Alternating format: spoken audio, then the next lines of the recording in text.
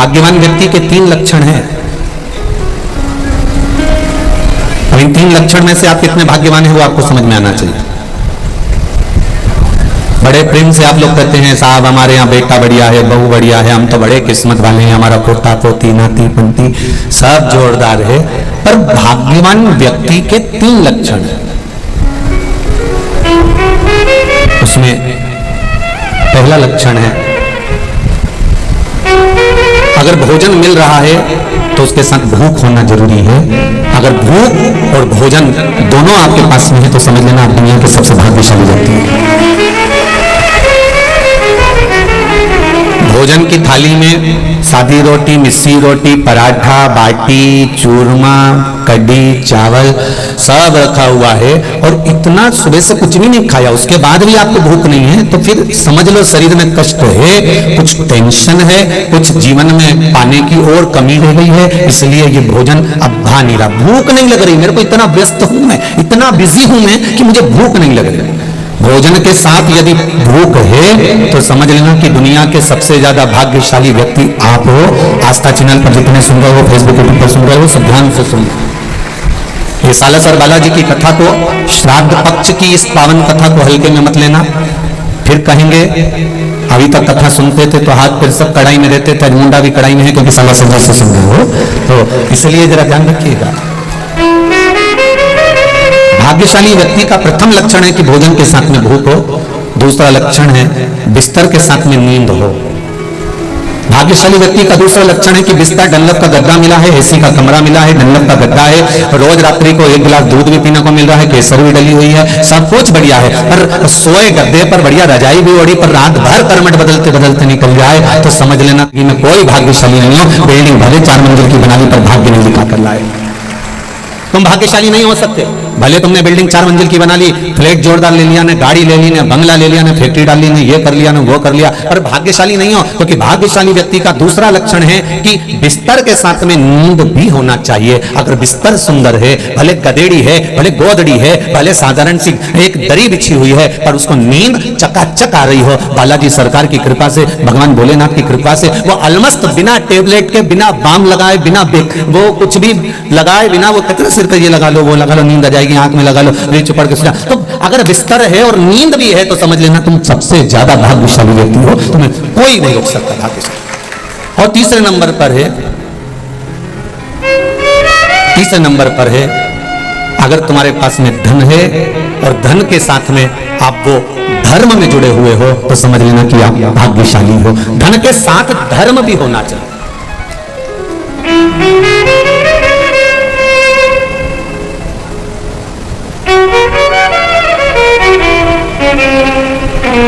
अरे कोड़ी कोड़ी माया जोड़ी, कोड़ी कोड़ी माया जोड़ी, अंत समय यही छोड़ी, अंत समय यही छोड़ी, नर तूने काहे को माया जोड़ी, ओ नर तूने काहे को माया जोड़ी। जब अंत समय में यही छोड़ना था तो धन के साथ धर्म होना चाहिए। सुराना परिवार ने आज सिद्ध कर दिया कि धन के साथ हमने धर्म को साथ लिया है।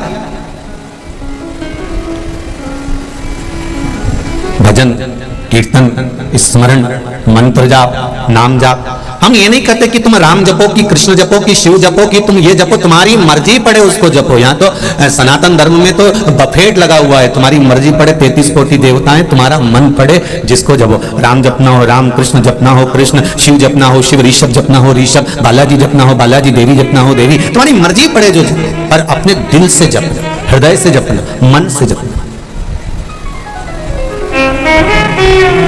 ऐसा नहीं कि संसार में आने के बाद दुख नहीं आएगा और जो महाराज तुमसे कह देना कि हमारे पास आओ, हम तुम्हारा सारा दुख काट देंगे, तुम्हारे पास जिंदगी में कभी दुख नहीं आएगा, समझ लेना घपलाबाज है ये। महाराज नहीं है, घपलेबाज। जो तुमसे कहे कि मैं गारंटी देता हूं कि तुम्हारी जिंदगी में दुख नहीं आएगा, तो यहाँ शिव महापुराण की कथा में माता पार्वती जी से शंकर भगवान नंदन वन काशी में कह रहे हैं, पार्वती मृत्यु लोक में 2 कारण से मनुष्य का जन्म होता है। पहला, मनुष्य का 2 कारण से जन्म होता है। पहला, कारण है कि भगवान का भजन करना और दूसरा कारण है अपने कर्म का भोग भोगना। जब कर्म का भोग भोगने के लिए हमारा मृत्यु लोक में जन्म हुआ है, जब कर्म का भोग भोगने के लिए हम पृथ्वी पर आए हैं, तो कोई कैसे कह सकता है कि तुम बिल्कुल मैं बैठा हूं और गारंटी देता हूं और तेरे जीवन में दुख नहीं आएगा और तेरे जीवन में दुख नहीं आने दूंगा? तो यह व्यर्थ की बात है। आए हो मनुष्य लोक में, इस मानव का शरीर मिला है, परिवार मिला है, कुटुंब मिला है, रिश्ते नाते मिले हैं, तो दुख तो थोड़ा आएगा, थोड़ा ना थोड़ा तो प्राप्त होगा, दुख थोड़ा ना थोड़ा तो मिलेगा, ये निश्चित है।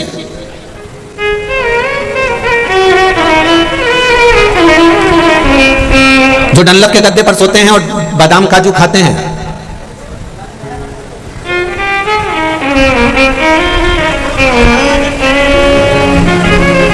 जिंदगी भर ब्रांडेड कपड़े पहनने वाले भी आखिरी में कफन बिना ब्रांड का जाता है। कफन की ब्रांड नहीं मालूम रहती कौन सी ब्रांड का है। हम तो कहते हैं अगर आप ब्रांड का कपड़ा पहनते हो तो एक स्टाम्प पर लिख के जाना, मरू तो इसी कंपनी का उड़ाना। मैं इस कंपनी के तक मैंने इस कंपनी के बिना जूता नहीं पहना, इस कंपनी के बिना मैंने कपड़ा नहीं पहना, इस कंपनी के बिना मैंने घड़ी नहीं पहनी, इस कंपनी के बिना मैंने सामान नहीं पहना। तो मरने पर लिख जाना इसी कंपनी का पहना ना तो जमुआ नहीं तो वापिस आ जाऊंगा। अरे भाई, जीवन भर ब्रांड का रोना रोने वाले भी एक दिन बिना ब्रांड के चले जाते हैं, बिना ब्रांड। अब शिवजी पार्वती से कह रहे हैं कि कोई तुमसे कह दे कि तुम मेरे पास बैठो, मैं तुमसे ये कराऊंगा और तुमको दुख नहीं आएगा और तुमको तकलीफ नहीं आएगी। अच्छे से अच्छे भी एक ना एक दिन दुख के मारे नयन में जल झलक ही जाता। भगवान राम कौन थे? भगवान राम। तो क्या भगवान राम की आंखों में जल नहीं आया? सीता जी का हरण हुआ, पिताजी की मृत्यु हुई, कितना कष्ट 14 वर्ष वन में भोगा और आने के बाद भी जानकी जी का परित्याग करना पड़ा, कितना दुख भोगा होगा। भगवान कृष्ण का चरित्र उठा लीजिए। क्यों? क्योंकि मृत्यु लोक में अगर परमात्मा भी आया है तो उनको भी थोड़ा ना थोड़ा संसार सागर में भोगना। मत बुरे कर्म कर बंधे वरना पछताएगा, भगवान की आंखों से तू बच नहीं पाएगा, तू बच नहीं पाएगा। अरे ओ अज्ञानी मत करना दारी, तेरे कर्म का फल भी तू ही पाएगा, जैसा किया तूने तेरे आगे आएगा। मत बुरे कर्म कर बंदे, मत बुरे कर्म कर बंदे वरना पछताएगा, भगवान की आंखों से तू बच नहीं पाएगा, तू बच नहीं पाएगा। तेरे कर्म का भोग तुझे भोगना ही है। एक बात हमने पहले भी कही, आज फिर कह रहे हैं, सुन लो रे राजस्थान वाली जी और जी जाऊं, अच्छे से सुन लो।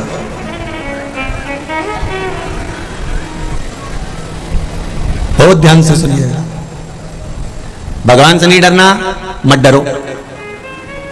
परमात्मा से नहीं डरना, मत डरो। वेद और पुराण से नहीं डरना, बिल्कुल मत डरो। धर्म और शास्त्र से नहीं डरना, बिल्कुल मत डरो। माता पिता से नहीं डरना, बिल्कुल मत डरो। घर के बड़ों से नहीं डरना, बिल्कुल मत डरो। संत महात्मा जोगी सन्यासी मुनि तपस्वी से नहीं डरना, बिल्कुल मत डरो। तुम किसी से मत डरो। पर शिव महापुराण की कथा कहती है कि अपने कर्म से जरूर डरना, क्योंकि कर्म का भोग तो परमात्मा को भोगना पड़ता है।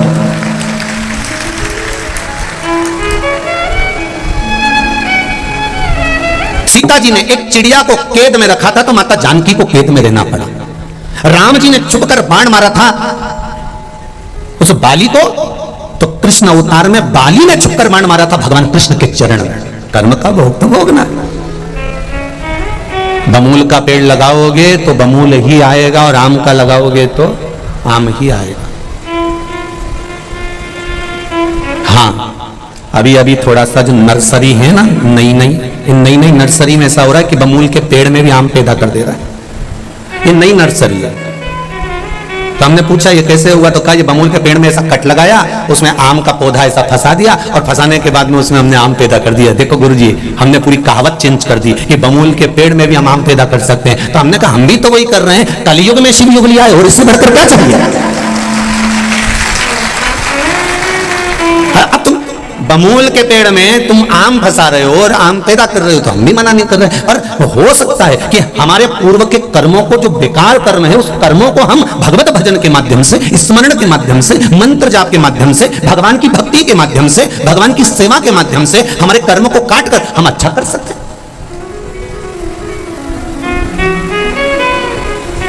दुख बहुत सारा है, उस दुख को काटना इतना सरल बात नहीं है, पर धीरे धीरे कटेगा ये निश्चित है। एक कटोरा भरकर कोई तुमको घी दे दे, इतना बड़ा भगोना भरकर, कटोरा भरकर, और कहे कि लो साहब इतना घी तो तुम्हें पीना ही पड़ेगा, तो तुम पी नहीं सकते। नहीं नहीं साहब, हमारे बस का नहीं, इतना कटोरा भरकर घी कोई पिया हमसे बनेगा। फिर क्या करोगे? तो कोई चतुर गुरु के पास जाओगे तो वो गुरु कह देगा एक काम करो, कटोरा भरकर घी है और उसको पीना है, तो एक काम करो, उसको आटे में सेको, मिलाओ और उसका सीरा बनाओ, उसका हलवा बनाओ। सीरा हलवा बनाओगे तो एक कटोरा घी क्या, 2 कटोरा घी भी सीरे में, हलवे में तुम खा सकते हो। उसी तरह दुख अगर बड़ा है, कटोरा भरकर दुख है, तो उस दुख को डायरेक्ट नहीं पी सकते, उस दुख को तुम इतनी जल्दी निवारण नहीं कर सकते, उस दुख को तुम इतनी जल्दी समाप्त नहीं कर सकते। इसलिए एक काम करो, कटोरा भरकर अगर घी है और नहीं पी सकते तो उसको आटे में सेक कर, हलवा बनाकर, सीरा बनाकर खा जाओ। एक कटोरा घी आराम से खा जाओगे, पर डायरेक्ट नहीं पी सकते। उसी तरह दुख एक कटोरा भरकर है, वो समाप्त नहीं हो रहा, तो उसको भगवान शंकर की शरणागति में ले जाकर छोड़ना चालू करो, उसको भी आटे में सेकना चालू करो, थोड़ा भजन चालू करो, थोड़ा कीर्तन चालू करो, थोड़ा मंत्र जाप चालू करो, थोड़ा स्मरण चालू करो, थोड़ा भगवत भजन करना चालू करो, और उसमें मिलता जाएगा दुख, थोड़ा थोड़ा दुख मिलता जाएगा, तो वो दुख तुम झेल सकोगे और जीवन में फिर खुशियां सम्मुख में आ जाएगी। फिर दूर नहीं वो प्रसन्नता के दिन, फिर दूर नहीं है।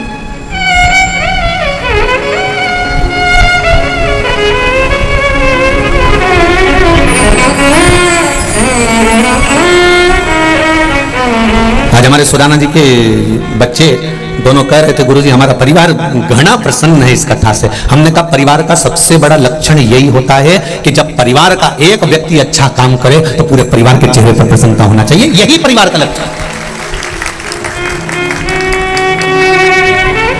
परिवार का लक्षण ही यही है कि आपकी प्रसन्नता में सब प्रसन्न और आपके दुख में सब दुखी हो, यह परिवार का लक्षण। और आजकल थोड़ा सा उल्टा है, परिवार में अगर प्रसन्न दिख रहे हो कि इसके यहाँ गाड़ी आ गई, बंगला आ गया, तो लोगों का मुंह उतर जाता है। और आपके यहाँ अगर थोड़ा सा दुख आया तो कई परिवार के लोग ऐसे हैं कि डीजे की गाड़ी उनके सामने फीकी है, पूरे मोहल्ले में प्रचार कर देते हैं कि उसके साथ ऐसा हो गया, डीजे की गाड़ी फीकी। बहुत सुराना जी प्रसन्नता का विषय है कि आपका परिवार बड़ी प्रसन्नता का आनंद ले रहा है। ये परिवार होता है, इसका कुटुंब का ये आनंद है, ये सुख है। शंभो शरणे पड़े मांगू घड़ी रे घड़ी, दुख कारो दयाकारी निदर्शन। प्रसन्नता का विषय एक आनंद की लहर।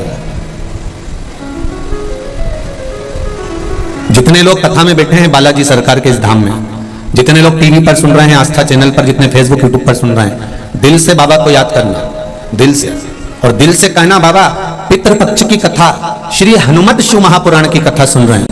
जैसे माता अंजना के तप और बल के कारण बस श्री हनुमान जी महाराज प्रकट हुए थे उनके दुख को काटने के लिए, ऐसे ही हमारे दुख काटने के लिए बालाजी आप भी सालासर से हमारे घर में प्रवेश करिए और हमारे दुख को काट दीजिए। आप कहो उनसे, सुनेंगे।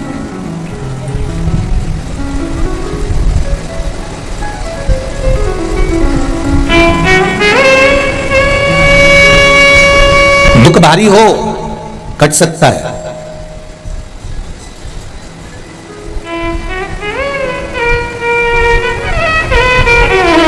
महाराज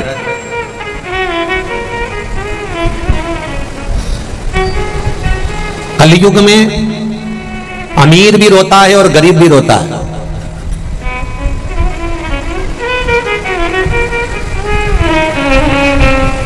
इस कलयुग में अमीर भी रोता है और गरीब भी रोता है, पर जो श्री शिवाय नमस्तुभ्यम बोलता है वो चैन की नींद सोता है। उसके जीवन में फिर कोई दुख आएगा तो भी कट जाएगा, भोगना ही पड़ेगा, संसार सागर में आकर हमें भोगना ही है। पर जो कर्म का भोग है वो भोगे मना नहीं, पर भगवत भजन कर कर उस कर्म के भोग को हल्का कर दिया जाए। कुंजिका स्थला जो अप्सरा थी, एक ऋषि का श्राप लग गया, संत का श्राप लग गया, अगर किसी से प्रेम करोगी, स्नेह करोगी तो तुम्हारा चेहरा बंदर का हो जाएगा। गौतम ऋषि के आश्रम में रही और गौतम बाबा ने उनका कन्यादान करा, उनका नाम अंजना हुआ। राजा केसरी के साथ में मंगल विवाह हो गया, पर संतान का सुख नहीं था।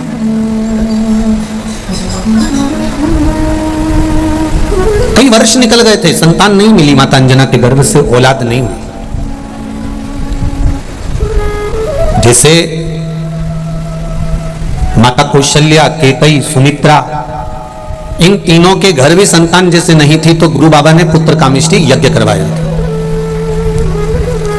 कभी कभी जिंदगी का कोई ऐसा दोष पूर्व का होता है जिसके कारण बस हमारे गर्भ में संतान नहीं आते, और हमें किसी को दोष नहीं देना चाहिए इसके लिए। कई माताएं कह देती हैं हमारा संतान नहीं हो रही है, गर्भ नहीं ठहर रहा है। हो सकता है किसी ने मेरा गर्भ बांध दिया हो सकता है किसी ने मेरे ऊपर बंधन कर दिया हो। ये हमें दूसरे पर दोष नहीं देना कि गर्भ का बंधन कर दिया होगा या गर्भ बांध दिया होगा या किसी ने बंधन कर दिया होगा। नहीं नहीं नहीं नहीं, जाको राखे साइया मार सके ना हो।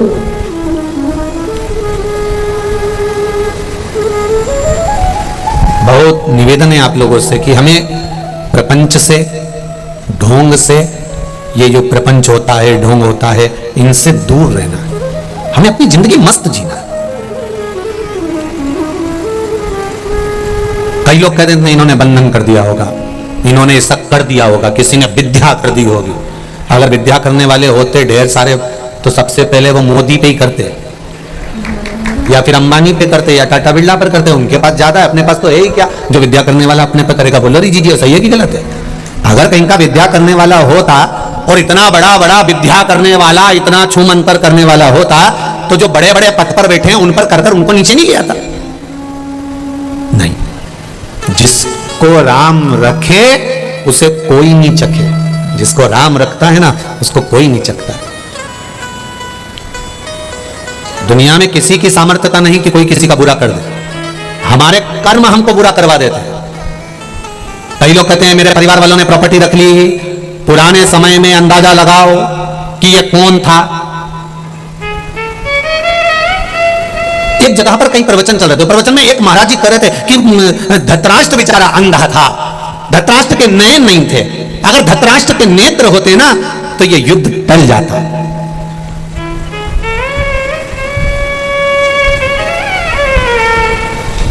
अच्छा हुआ नेत्र नहीं थे, होते तो क्या करता।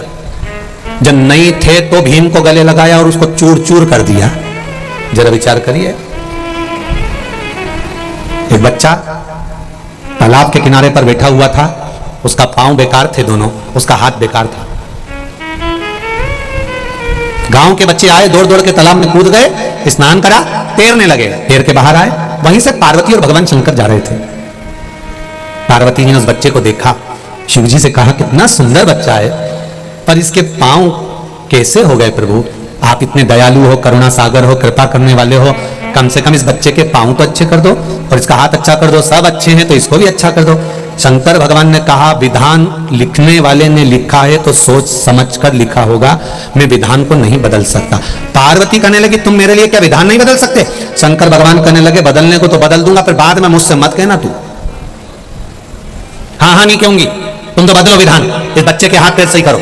शंकर भगवान ने हाथ उठाया, आशीर्वाद दिया, हाथ पैर ठीक हो गए। वो भी तालाब में कूद गया। जैसे ही तालाब में कूदा, उसने सबसे पहले जो आगे तैर रहा था उसके ऊपर गया और उसको नीचे दबाकर उसके प्राणों को हर लिया। फिर दूसरे पे चढ़ गया, उसके पांव को पकड़कर नीचे ले गया, उसके प्राण हर लिए। एक दिन में 15 को मार डाला, दूसरे दिन फिर 10 को मार डाला, तीसरे दिन फिर 25 को मार डाला। पार्वती जब गई उस गांव में हाहाकार मच रहा था, सबके घर धुआं धुआं हो रहा था, सब रो रही थी, सब पुकार रही थी, मां तूने क्या कर दिया? पार्वती मैया तूने क्या कर दिया? हे जगत धात्री दुर्गा भवानी, तूने मेरे पूतों को, मेरे सपूतों को, मेरे बच्चों को मार डाला। मां मेरे बच्चों को बचा लो। सारे घर घर बच्चों के लिए माताएं रो रही थी। तो पार्वती जी ने शिव जी से पूछा ये कैसे हो गया? शंकर भगवान बोले उसके हाथ पैर सही करवाए थे ना।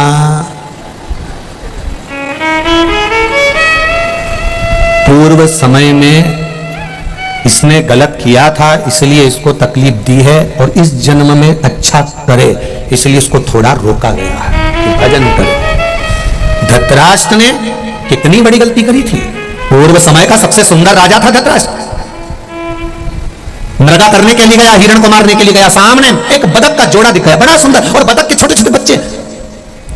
राजा ने कहा इतने सुंदर बदक के बच्चे हैं, जाओ जरा पकड़ के लाओ बच्चों को। जैसे ही बच्चों को पकड़ने के लिए गए तो बदक ने उनको मारना चालू कर दिया। दूतों को पकड़ने नहीं देता। राजा के पास आकर कहा हम नहीं पकड़ सकते, उसके पास में एक बड़ा बदक बैठा है, जरूर उसका पिता है या मां है, वो हमको पकड़ने नहीं दे रहा। तो एक काम करो, सबसे पहले उसी को पकड़ के लाओ। सबसे पहले बदक को पकड़ कर लेकर आए, उसके बच्चों को नहीं, बदक को पकड़ कर लेकर आए। राजा ने कहा एक काम करो, इसको इसके बच्चे दिखेंगे ही नहीं, और नहीं दिखेंगे तो ये अपने ऊपर आक्रमण नहीं करेगा। लाओ जरा बमूल का कांटा लाओ, और बमूल का कांटा लाकर बदक की आंख फोड़ दी। बच्चों की आंख में जल भरा हुआ था, रो रहे थे। बदक के बच्चे जब रो रहे हैं, नैनों में जल भरा है, अश्रु भरा है, हृदय से आंख से रक्त निकल निकल कर वो बदक मर गया। अंत में बद्दुआ दे दी, श्राप दे दिया कि मेरे नेत्र जैसे गए हैं और मेरे बच्चे तूने पकड़कर मसले हैं, तेरे भी नेत्र जाएंगे और तेरे भी बच्चे ऐसे मसले जाएंगे। ये कर्म का दंड है, और ना है। अच्छा करो ना,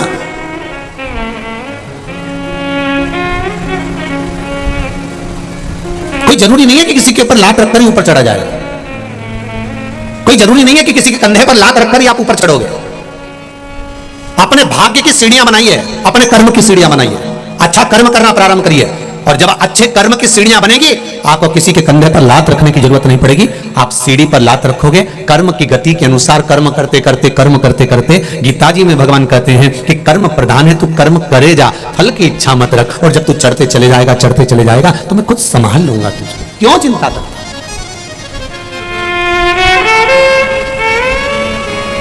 जो अनभिज्ञ हैं, जिनमें बुद्धि नहीं, पढ़कर भी जो अनपढ़ है, वो ऐसी बात करते हैं कि किसी ने कुछ कर दिया होगा, किसी ने व्यापार बंद दिया होगा, किसी ने यह कर दिया होगा, किसी ने टोना कर दिया होगा, किसी ने टोटका कर दिया होगा। और जब आपके मन में यह भाव आ जाता है तो इसका फायदा कोई दूसरा उठाता है, इसका लाभ कोई दूसरा उठाता है, फिर वो तुरंत कर देता है ऐसा हुआ है तुम मेरे पास आओ, यहां इतना जमा करो, तुम ऐसा करो, मैं तुमको ये दे दूंगा, मैं तुमको बनाकर वो दे दूंगा, और वो कर्म का वो कुछ नहीं। सारी समस्या का हल एक लोटा जल। एक पत्र में आया है, एक माता के कान, बच्चे के कान की आवाज चली गई थी, वो बैठी होगी, पत्र भी पढ़ नहीं रहे क्योंकि कथा भी लेना, श्रवण शक्ति नहीं थी। डॉक्टर ने कह दिया ये कभी नहीं सुन पाएगा। तब उसने शिव जी पर भरोसा करा, भगवान शंकर पर विश्वास करा, एक लोटा जल और एक बेलपत्री का प्रयोग करना चालू करा, और फिर जिस दिन ऑनलाइन शिवरात्रि की पूजन थी उस दिन पूजन करी। उस पत्र में लिखा है एक बहन ने, देखिए आप कि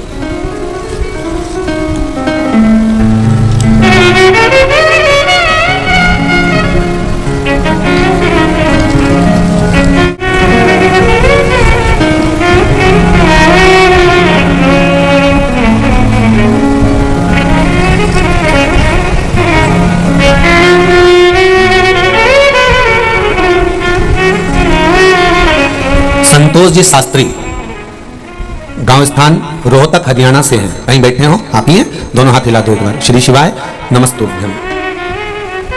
मेरे बेटे के कान की आवाज चली गई, पीजीआई में बताया, उन्होंने कहा इसके कान वापस नहीं आएंगे, ये सुन नहीं सकेगा।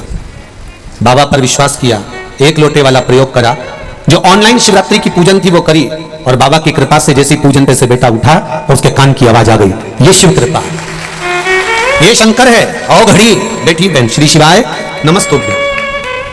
ये औघड़ी है, वो सहज नहीं है साहब।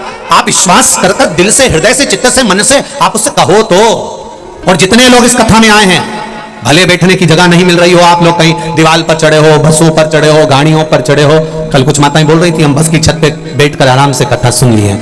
हमने कहा तुम बूढ़ी बूढ़ी माताएं बस की छत पे चढ़ गई हो? हमने कहा वाह।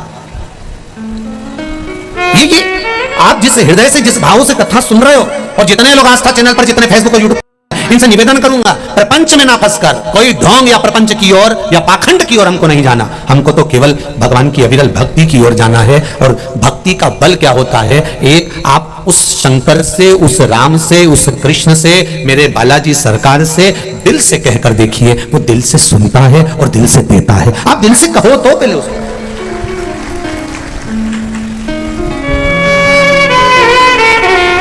खाने के लिए असली घी चाहिए और हवन के लिए 50 रुपए किलो का घी चाहिए। और भगवान से प्रार्थना कर रही, छोरा दे दे। भगवान के बता, बाजार गई दुकान पे और क्या क्या पूजन वाला घी दे दो, पूजन वाला। और दुकान वाले भी इतने चतुर की पूजन का घी अलग से रखते हैं, सस्ता, चर्बी का, बेकार, जो किसी काम का नहीं, पूजन वाला घी दे दो। और उन्होंने तुरंत डब्बा उठाया, 1 किलो का डब्बा पकड़ा दिया। कितने का है? 70 रुपए का है। ये 70 रुपए काट। और फिर खुद के लिए गई डेयरी, गौशाला, क्या भाव घी? 500 रुपए किलो। हमारे लिए चाहिए। कोई बात नहीं काकी, 450 दे और ले जा। 1 किलो घी 450 का, 14 दिन रोटी पे चुपड़ चुपड़ के खाई। और भगवान का एक बार हवन करवाया और वो चर्बी का घी चढ़ा के, और भगवान से कह रही मेरी बहू की झोली भर दो। भगवान के जारी जा कमला, जा यहां से, मारा माथा मत खा। खुद के खाने के लिए 450 का लिए, छाट के यूं मलमल के देखे, यूं मलमल के देखे। और भगवान का घी ले और ऐसा चर्बी का लाके और हवन करके के भगवान मारी सुनते। और भगवान भी कहे अरे ओ नौटंकी, काहे नौटंकी करती है? ऐसा नौटंकी तेरा क्या होगा रे कालिया? समझो तो क्या होगा। मत करो ढोंग, हवन नहीं करना मत करो, यज्ञ नहीं करना मत करो, आप दिखावा मत करो। अगर हवन करना है, इतनी सी घी और इतनी सी शक्कर, असली घी जो तुम खाते हो, उसमें से इतना सा भी मिलाकर अगर अग्नि को दोगे तो मेरा यज्ञ नारायण भगवान 1 किलो घी से नहीं, 1 तिलके से प्रसन्न हो जाता है। पर दिल से देना, अच्छा देना, ज्यादा नहीं चाहिए, ज्यादा नहीं चाहिए। मत तो भगवान शंकर ने थोड़ी ना कहा तुमसे, शिव जी ने कभी कहा तुमसे कि मुझे लड्डू दो कि पेड़ा दो? किसी पुराण में लिखा हो कि शंकर जी को लड्डू पेड़ा लगता हो, शंकर जी को ये लगता? शंकर जी को सब चीज फालतू की लगती है जो फ्री मिल जाए। बेलपत्ती, अरे बोलते जाओ, फ्री, पानी फ्री, समी का पत्ता। बताओ वो खेजड़ी कौन खाए, कौन चढ़ाए? वो किस काम की? परंतु तोड़ी और शंकर जी को चढ़ाई। शंकर जी इतने बढ़िया, हमारे यहाँ तो खूब खेजड़ी का पेड़ कोई नहीं खाए, सब ऊंट खाए, कई करे और उनके तोड़ तोड़ा के शंकर जी के चढ़ाए। शंकर भगवान पर सब फ्री की चीज, पानी फ्री, बेलपत्ती फ्री, समी का पत्ता फ्री, सब फ्री। और जो उसके पास में रखा है तुम्हारे लिए वो भी फ्री। तुम में से कोई ऐसा है जो शंकर जी का कोई सामान चाहिए हो? एक बार पार्वती जी ने कहा थोड़ा सामान अच्छा रखा करो अपने घर में, ये क्या रख के बैठे हो? भगवान बोले कोई भगत का मन चल जा और कह दे तुम्हारा सांप दे दो, तो कह तू ले जा, मेरे को कौन से दिखता? तो मेरे पास जो सामान रखा मैं तो देने के लिए बैठा हूं, मैं तो मांगे तो है? भगवान के मंदिर में जाके बोले तो भगवान जरा तुम्हारा मुकुट दे दो, ये दे दो, वो दे दो। भगवान चांदी सोने का मुकुट नहीं दे। और कोई शंकर जी के मंदिर में जाके कह दे, भगवान भी कह दे मांग ले, जो मेरे शरीर पर है तुझे जो चाहिए मांग ले। पहले तो आधे घंटे तुम सोच में पड़ जाओ क्या मांगू, काम की चीज एक भी नहीं दिख रही। डमरू घर में बजाऊंगा तो जगदम्बा चिल्ला के दौड़ेगी, और सांप ले गया तो हालत खराब कर देगा, और ये मृतछाला भी ले गया तो किस काम की, और भस्मी रमाई है वो भस्म ले गया तो किस, तो वो कह रहे बोले ना जी तुम तो तुम्हारे पास ही रखो, हम तो चले हैं, हमें नहीं चाहिए। भगवान कभी नहीं कहता कि मुझे ढेर अंबारियां देना, भगवान कभी नहीं कहता कि मुझे इतना धन देना। भगवान तो केवल एक बात कहता है, निर्मल मन सो मोहि पावा और मोहि छल छिद्र कपट न भावा। मुझे निर्मल मन चाहिए, केवल तेरा दिल देकर तो देख। और पहले भी कथा में कहा, एक बार आपने अपना दिल दे दिया, जिसको दिया फिर वो बैलेंस तुम्हारे मोबाइल में वही डलाएगा जिसको तुमने अपना हृदय दिया। जैसे एक छोरा छोरी होते ना, छोरी छोरे को हृदय दे दे तो बेचारा जरा सी देर फोन करके छोरी बोलती है आज मेरा बैलेंस खत्म, तू क्या चिंता करना, अब भी डल तो तुरंत बैलून डलवा दिया। फिर वो बोली मेरे हाथ की घड़ी का पट्टा टूट, चल बाइक पे बैठ, बुड़ करा, ले गया मार्केट और उसने घड़ी दिला दी। उसने दिलाना थी 200 की, दिलाई 5000 की, क्योंकि दिल आ गया था। जब एक छोरी छोरा को कह दे और हृदय की बात, और वो छोरा उसको इतना महंगा महंगा सामान दिला दे, तो निवेदन मेरी छोरी छोरा से, इनको दिल देने से अच्छे एक बार महादेव को देकर देखो, सब दिखता दिल दे तो सही।